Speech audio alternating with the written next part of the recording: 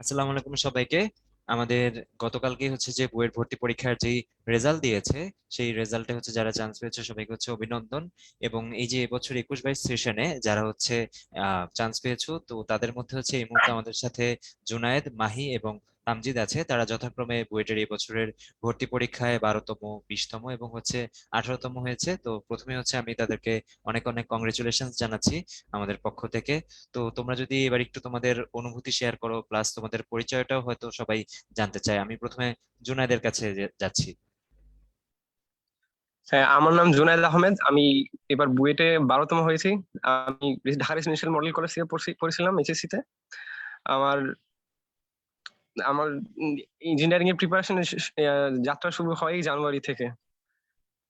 আচ্ছা, তো এরপর হচ্ছে আমি তামজিদের কাছে জানতে চাচ্ছি যে তামজিদ, তুমি যদি তোমার পরিচয়টা দিয়ে বলতে একটু। আমি মোহাম্মদ তামজিদ মাহফুজ। আমি Notre Dame college Dhaka student and এবার আমি বুয়েটে 18তম হয়েছি। এন্ড এই উদ্ভাসের সাথে এডমিশনের যাত্রা আমার শুরু এইচএসসির আগের ওই ব্যাচটা থেকেই।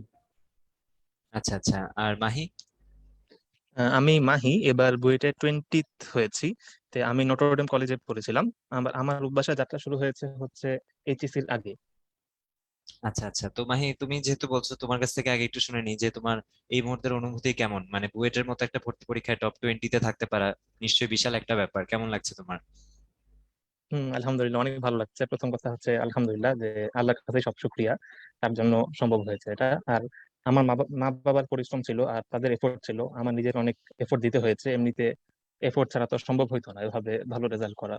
আর উদ্ভাসেও মানে কোচিং করেছিলাম, উদ্ভাসেও বেশ হেল্পফুল ছিল, টিচাররাও ভালো ছিল, ক্লাসগুলো ভালো লেগেছিল, আর বইগুলো ভালো ছিল, এক্সাম সিস্টেম ভালো ছিল। সব মিলে ভালোই লেগেছিল আর কি। আচ্ছা, এবার যদি তামজিদের কাছে চলে যাই আমি। তামজিদ, তুমি যদি সেম এক্সপিরিয়েন্সটা একটু শেয়ার করো। এডমিশন লাইফের এক্সপিরিয়েন্সটা ছিল আমার মিশ্র প্রতিক্রিয়া, বাট রেজাল্টের পাওয়ার পরে খুব ভালো হয়েছে অবশ্যই। এটার জন্য আমি ধন্যবাদ দিব আমার মা বাবা, শিক্ষক বা বন্ধুদেরকে, আর অবশ্যই কোচিং সেন্টারদের, উদ্ভাসকে। এদিক দিয়ে উদ্ভাসের যাত্রা শুরু হয় আমার জেএসসি থেকেই, তো অনেকদিন ধরে আমি উদ্ভাসের সাথেই যুক্ত আছি। উদ্ভাসের সবকিছুর সাথে আমি পরিচিত এন্ড আমি বলবো উদ্ভাসের প্ল্যানিং আর ওদের এক্সাম আর ওদের একাডেমিক্সটাই আমাকে এডমিশনের যাত্রায় এগিয়ে রাখতে অনেক সাহায্য করেছে। তো আমার এডমিশনের অবশ্যই এই দিক থেকে একটা ভালো এফেক্ট পড়েছে এন্ড আমি এর জন্য কৃতজ্ঞ। আচ্ছা, যাই হোক, আমাদের মনে হয় জুনাই ডিসকানেক্টেড হয়েছে। যাই হোক, আমি হচ্ছে আবার যদি একটু মাহির কাছে ফেরত যাই। মাহি, একটু যদি তোমার এই যে অ্যাডমিশনের টাইমে তুমি বলছিলা যে এক্সামের ব্যাপারে যদি একটু আমি জানতে চাই, তুমি কি রেগুলার সবগুলো এক্সামে অ্যাটেন্ড করতে এবং সেগুলোর মার্কস কেমন আসতো? মার্কস তো না, অ্যাকচুয়ালি যদি ওইটাই বলো আর একটু ভালো ধারণা পাবে সবাই, যে পজিশন কেমন আসতো তখন পরীক্ষাগুলোতে। আচ্ছা, এক্সাম সিস্টেম গুলো উদ্ভাসে আমার এক্সাম যে সিস্টেম ছিল বেশ ভালোই লেগেছিল আসলে, যে ডেইলি এক্সাম, উইকলি এক্সাম, ওভাবে মানে এক্সাম যে সাজানো হয়তো বেশ ভালোই সিস্টেম ছিল। একটা মার্কও মোটামুটি ভালো আসতো, পজিশনও টপ 100 এরকম আসতো, মাঝে মাঝে টপ 50, টপ 20 এরকম আসতো। আর মানে এমসিকিউ সিস্টেমটা ভালো ছিল, আর রিটেনের জন্য টাইম মানে একদম বইয়ের মতোই এক্সাম সিস্টেমটা। তো অনেক হেল্পফুল ছিল একটা। আচ্ছা, আমরা আবারও জুনায়েদকে পেয়ে গেছি। জুনায়েদ, এবার তুমি যদি একটু বলতা যে তুমি কি রেগুলার এক্সাম গুলোতে পার্টিসিপেট করতা এবং তখন পজিশন কেমন আসতো, বা এক্সাম রেগুলার দেওয়ার মাধ্যমে প্রিপারেশন কেমন ভালো হয়েছে?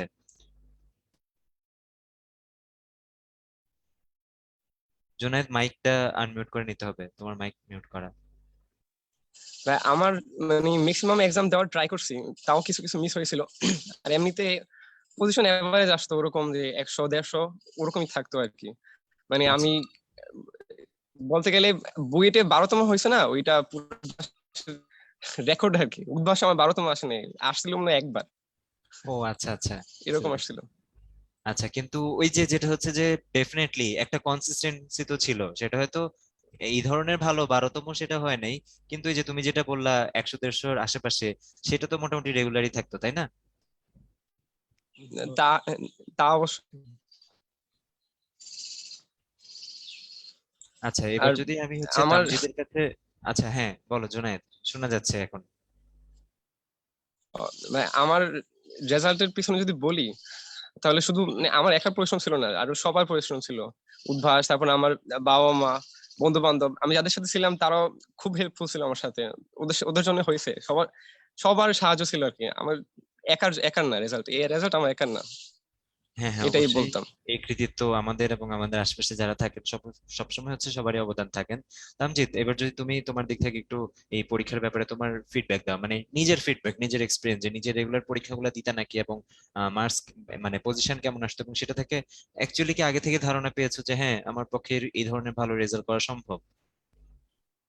হ্যাঁ, এটা নিয়ে আমি বলতে চাই উদ্দেশ্যে আমি দুই স্টেপের কথা বলতে চাই। একটা হলো এইচএসসির আগে আর একটা হলো এইচএসসির পরে। এন্ড এইচএসসির আগে এইচএসসির আগে উদ্ভাসের ইঞ্জিনিয়ারিং একটা কোর্স ছিল, এন্ড সেখানে আমি পড়া শুরু করছিলাম।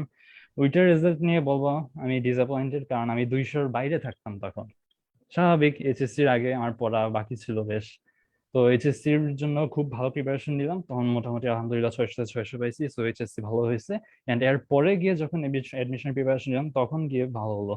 তখন গিয়ে আমার এভারেজে মানে 50-র ভিতরে থাকতাম উদ্ভাসের কোচিং সেন্টারের পরীক্ষাগুলোর মধ্যে। এন্ড যদি উদ্ভাসের সবগুলো পরীক্ষার এভারেজ হিসাব করা হয় তাহলে আমার মনে হয় এখন 18th, তখনও এই 20-এর আশপাশেই থাকতো। আচ্ছা তো আচ্ছা। বলা যায় উদ্ভাসের এক্সামের মেরিট র্যাঙ্ক আর বুয়েটের এক্সামের র্যাঙ্ক মোটামুটি সেম। যদি কেউ উদ্ভাসের এক্সাম গুলোতে কনসিস্টেন্টলি টপ 50-র মধ্যে থাকতে পারে তাহলে বলা যায় সে হ্যাঁ বুয়েটেও খুব ভালো রেজাল্ট করতে পারবে, কারণ উদ্ভাসের এক্সাম গুলো খুবই স্ট্যান্ডার্ড, ওদের অনলাইন অফলাইন দুইটাই খুবই স্ট্যান্ডার্ড, খুবই মানে বুয়েটের স্টাইলে হয়, সো বুয়েটের এক্সাম হলের এক্সপিরিয়েন্স পাওয়া যায়। এই দিক দিয়ে খুব উপকারী, এটা আমি বলতে চাই। আচ্ছা, এখানে একটা পয়েন্ট অবশ্যই তোমার এখান থেকে নোটিস করার মতো, যে তুমি বললা যে শুরুতে স্যাটিসফ্যাক্টরি অবস্থায় ছিল না, কিন্তু পরবর্তীতে সেটা নিতে পেরেছো অবশ্যই। তো এই জিনিসটা কিন্তু যারা জুনিয়ররা আছে তাদের উদ্দেশ্যে একটা মেসেজ, যে আমাদের শুরু থেকে যে সবকিছু সবসময় পারফেক্ট থাকে তা না। শুরুতে হয়তো একটু এদিক সেদিক হতে পারে, আমাদের মন মতো না হতে পারে, বাট সেটাকে পারফেকশনে নেওয়ার জন্য যা পরিশ্রম করা দরকার সেটা আমাদের করতে হবে। কিন্তু এই ক্ষেত্রে সময় একটা ফ্যাক্টর, যে আমি যদি অনেক পরে এসে টের পাই, যে আমার 2 মাস পরে অ্যাডমিশন টেস্ট, তখন যদি আমি টের পাই যে না আমার তো অনেক উইকনেস রয়ে গেছে, এগুলো ঠিক করতে হবে, অনেক সময় সেই সময়টা অনেকের জন্যই সাফিসিয়েন্ট হয় না। সেই ক্ষেত্রে যেহেতু ও অনেক আগে থেকে প্রিপারেশন নিচ্ছিল, এই জন্য কিন্তু আগেই একটা ধারণা হয়ে গিয়েছিল যে হ্যাঁ আমার হচ্ছে উইকনেস আছে, বা আমি এখনো স্যাটিসফাইড না, এবং সময়ও আছে। সো ওই পরিশ্রমটা আমি করবো, ওই সময়টা দিব যাতে আমি সেটা কভার আপ করতে পারি। আচ্ছা, এবার হচ্ছে আমি আবার জুনায়েদের কাছে চলে যাচ্ছি। জুনায়েদ, তুমি যদি একটু বলো যে তোমার হচ্ছে এই যে পরীক্ষা, যে এবার বুয়েটের কোশ্চেনটা, সেটা কেমন লেগেছে? আর মানে পরীক্ষা দিয়ে যেটা তুমি বললা, কারণ তোমারটা আলাদা শুনতে যাচ্ছি, যে কখনো হচ্ছে বলতেছো উদ্ভাসের পরীক্ষা তো এরকম 12তম এই ধরনের পজিশন আসে নাই, তো সেই ক্ষেত্রে বুয়েটের কোয়েশ্চেনটা তোমার কেমন লেগেছে আর কেমন আনসার করতে পেরেছিলে? বুয়েটের কোশ্চেন প্রথমে তো কোশ্চেন হয়েছিল, প্রথম কয়েকটা ম্যাথ দেখে ঘাবড়ে গেছিলাম যে অনেক কঠিন কঠিন লাগতেছিল। পরে দেখলাম কি বাকিগুলো অনেক ইজি। তো বাকিগুলো ইজি আস্তে আস্তে করতেছিলাম। আহ, তো শেষ পর্যন্ত ওইভাবে আস্তে আস্তে আগাইলাম আর কি। বাকি ফিজিক্স মোটামুটি ইজি ছিল। ওই ওই সময় একটা ভালো কনফিডেন্স পাওয়া গেছিল যে বাকিগুলো না পারবো। তো তারপর কেমিস্ট্রি ছিল, কেমিস্ট্রি কঠিন লাগছে আমার কাছে, অনেক কঠিন লাগছে, থেকে কঠিন chemistry। এখন আমি মোটামুটি অ্যান্সার করছিলাম প্রায় 37টা।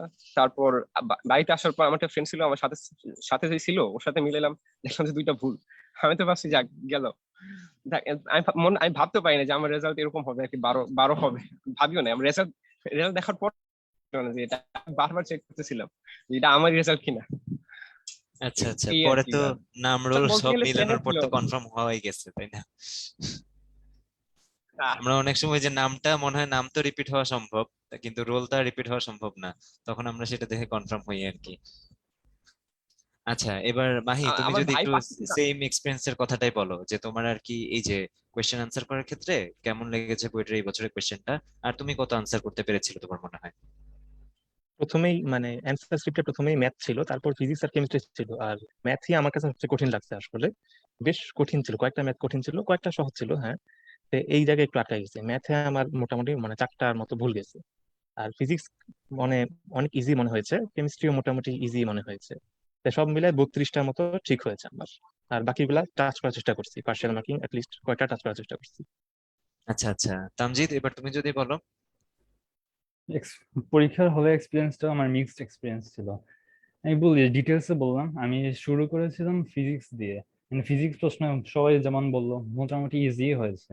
তো মানে এটা ফিজিক্স, কি তুমি ঠিক করে গেছিলা, নাকি হচ্ছে ম্যাথ কোয়েশ্চেনটা একটু কঠিন মনে হওয়ার কারণে ফিজিক্স দিয়ে শুরু করছিলা? জি না, আমি সব সময় একদম ফিজিক্স দিয়ে শুরু আচ্ছা আচ্ছা, করতাম। হ্যাঁ। এন্ড উদ্ভাসের সব পরীক্ষাও ফিজিক্স দিয়ে শুরু করছি। এই প্রথমে ফিজিক্স, তারপরে কেমিস্ট্রি, তারপরে ম্যাথ, এই সিকোয়েন্সে সবগুলো দিয়েছিলাম। সো বইটাও সেম কাজই করলাম। ফিজিক্স দিয়ে শুরু করেছি, ফিজিক্স সবগুলো মোটামুটি আনসার করার পরে মানে ইজি গুলো আমি প্রথমে আনসার করছি, যেগুলো একটু হার্ড লাগে সেগুলো স্কিপ করে গেছি, কারণ এখানে টাইম খেলে পরে আর মেকআপ করতে খুব অসুবিধা হয়। তো প্রথমে ফিজিক্স করলাম, তারপরে কেমিস্ট্রি করলাম। কেমিস্ট্রিতে গিয়ে ওই যে জুনায়েদ যেমন বললো কিছু ঝামেলা পড়ছে, লাইক সিলেবাসের বাইরে একটা প্রশ্ন ছিল, তো এইসব নিয়ে কিছু ঝামেলা বললাম, বাট ওইখানে টাইম খাই নাই বেশি, স্কিপ করে ফেলছি। স্কিপ করেই পরে তারপরে ম্যাথ শুরু করলাম, এন্ড ম্যাথে গিয়েই সবচেয়ে বেশি ধরাটা খাইছি, যেটা ম্যাথে বেশ কিছু কঠিন ছিল। লাইক এবার হলো বাইরের দেশ থেকেও কিছু প্রশ্ন দিয়েছে, এন্ড এটা খুব ট্রাবলসাম ছিল পরীক্ষার জন্য। তো প্রথমে প্রথম রাউন্ডে ইজি গুলো সব দেওয়ার পরে গিয়ে যখন দেখলাম আমার কাছে 40 মিনিটের মতো টাইম আছে, তখন গিয়ে সব কঠিন গুলো শুরু করলাম। প্রথমে ফিজিক্স, তারপর কেমিস্ট্রি, তারপর ম্যাথ, এন্ড এইভাবে আই থিঙ্ক মানে টোটাল 37টা আনসার করতে পারছি, 3টা স্কিপ করতে হইলো। এখন এই 37টার মধ্যে বাসায় এসে দেখলাম আবার 2টা ভুল। তো আচ্ছা আমি আই থিঙ্ক 340 থেকে 350-এর মধ্যে আমার পাওয়ার কথা। তো এইটাই। আচ্ছা আচ্ছা। সো যাই হোক, আমার মনে হয় জুনিয়ররা একটা ব্যাপার ধারণা পাবে যে যারা আর কি এরকম মানে 12 18 তারপর 20 যারা এই ধরনের পজিশনে এসেছে তাদের কাছেও কিন্তু বইটার বেশ কয়েকটা কোয়েশ্চেন কঠিন মনে হয়েছে। সেখানে আমরা যদি ওভারঅল সবার কথা চিন্তা করি, অনেকের জন্যই কিন্তু অনেক কোয়েশ্চেন অনেক টাফ বা ক্রিটিক্যাল হবেই। তো এই জন্য কিন্তু রেগুলার পড়াশোনা করা বা আগে থেকে ডিটারমিনেশন নিয়ে এই পরীক্ষাগুলা রেগুলার দেওয়া, এটার কিন্তু আসলেই কোনো বিকল্প নেই। তো আমি হচ্ছে লাস্ট একটা ব্যাপারই হচ্ছে তোমাদের কাছ থেকে জানতে চাইবো, যেটা যদি একটু বলতে হয় যে তোমাদের কি এই যে ম্যাটেরিয়াল গুলো সেগুলো কি রেগুলার পড়া হয়েছিল? এই যে উদ্ভাসের যে ম্যাটেরিয়াল গুলো, কারণ অনেক অনেক বই তো, এগুলো কি রেগুলার পড়া হতো নাকি? তো তামজিৎ যেহেতু বলছিলে, তুমি যদি কথাটা কন্টিনিউ করো।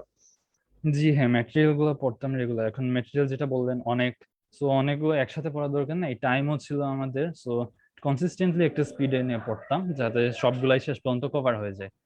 সো এই ম্যাটেরিয়াল গুলো খুব উপকার দিয়েছে আমার প্র্যাকটিসের ক্ষেত্রে এন্ড পরিচিত হওয়ার জন্য ম্যাথগুলোর সাথে। আচ্ছা, তো মাহি এবার তুমি যদি বলো। আমার ক্ষেত্রে ইঞ্জিনিয়ারিং কনসেপ্ট বুক গুলা আমি মোটামুটি দেখেছিলাম, আর কোয়েশ্চেন ব্যাংক গুলা, ইঞ্জিনিয়ারিং কোয়েশ্চেন ব্যাংক আর ভার্সিটি কোয়েশ্চেন ব্যাংক, এই দুটা ভালো করে করে গেছিলাম, আর ক্লাসগুলো ফলো করেছিলাম, এই আর কি, এগুলাই মেইনলি। আচ্ছা, এবার জুনাইদের কাছে জানতে চাচ্ছি। হ্যাঁ, আমার ভালো লাগছিল এই কনসেপ্ট বুকটা, উদ্ভাসের কনসেপ্ট বুকটা সবচেয়ে বেশি ভালো লাগছিল।